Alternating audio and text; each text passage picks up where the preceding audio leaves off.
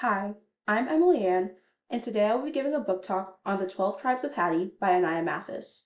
The genre of this book is fiction, and this book has gotten multiple awards. For example, it was a 2012 Oprah Book Club selection. The way the story is set up is that each chapter is a mini-story.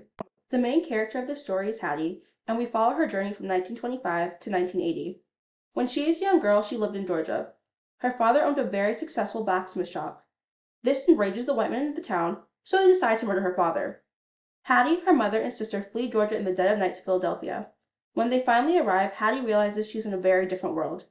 As she's looking around, she sees four Negro girls walk by, teenagers like Hattie, chatting to one another. Just girls in conversation, giggling and easy, the way only white girls walked and talked in the city streets of Georgia. At last, her mother and sisters exited the station and came to stand next to her. "Mama," Hattie said, "I'll never go back." The North is seen as some sort of promised land, and it shows how much hope Hattie has for her life in the North. Little did she know what was to come. The main story follows Hattie and her family. Hattie gets married to a man named August, and they go on to have 11 children. And let me tell you, their marriage is rocky. August is always out and about, and Hattie is basically taking care of all these kids by herself. Life is expensive, and having all these mouths to feed does not make it any easier. They all live in a small, cramped house, so no one really has any space for themselves. She is constantly making sacrifices for them in order for them to have the best life possible. Though her life revolves around her children, she does have a life outside of them. She does have a goal of her own, and that's to one day own her own house. Though this goal seems almost impossible. Life is constantly throwing challenges at the family. A death in the family haunts Hattie and her family's lives forever, and the consequence of this death can be felt by each child through their mother's care. Each chapter follows one or two of her kids and lastly her grandchild. Occasionally you will see the story from Hattie's perspective, but we mostly see the story from the children's perspective. You get a little insight on their individual lives.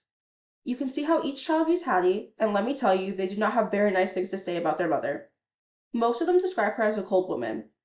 You can also see what values were present at the time, as well as what values Hattie instilled in them.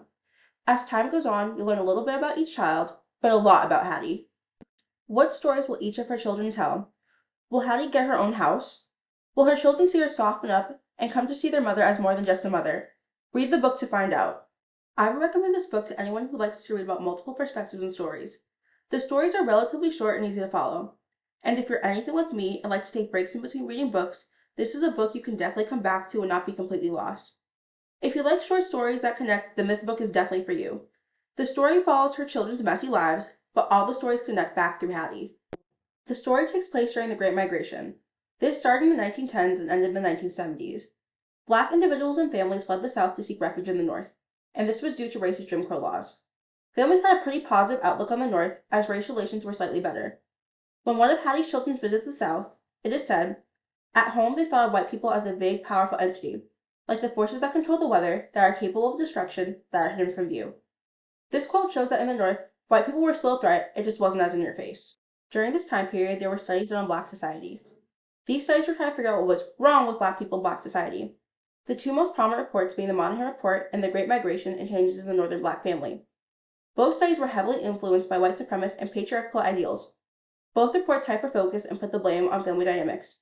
There was a huge emphasis on Black women and mothers being the cause of all the problems. The Monahan Report states, in essence, the community has been forced into a matriarchal structure which, because it is so out of line with the rest of American society, seriously slurs the progress of the group as a whole, and imposes a crushing burden on the Negro male, and, in consequence, on a great many Negro women as well. Black women were not the problem, but the system was and still is, the system being white supremacy as well as the patriarchy. Black women faced, and still face, issues intersecting race, class, and gender. This story really highlights this with Hattie being a poor Black woman busting her behind for her family, with a lot of the issues being out of her control. But you're going to need to read this book to find out exactly how this goes down. Thank you for listening, and if you read the book, I hope you enjoy it as much as I did.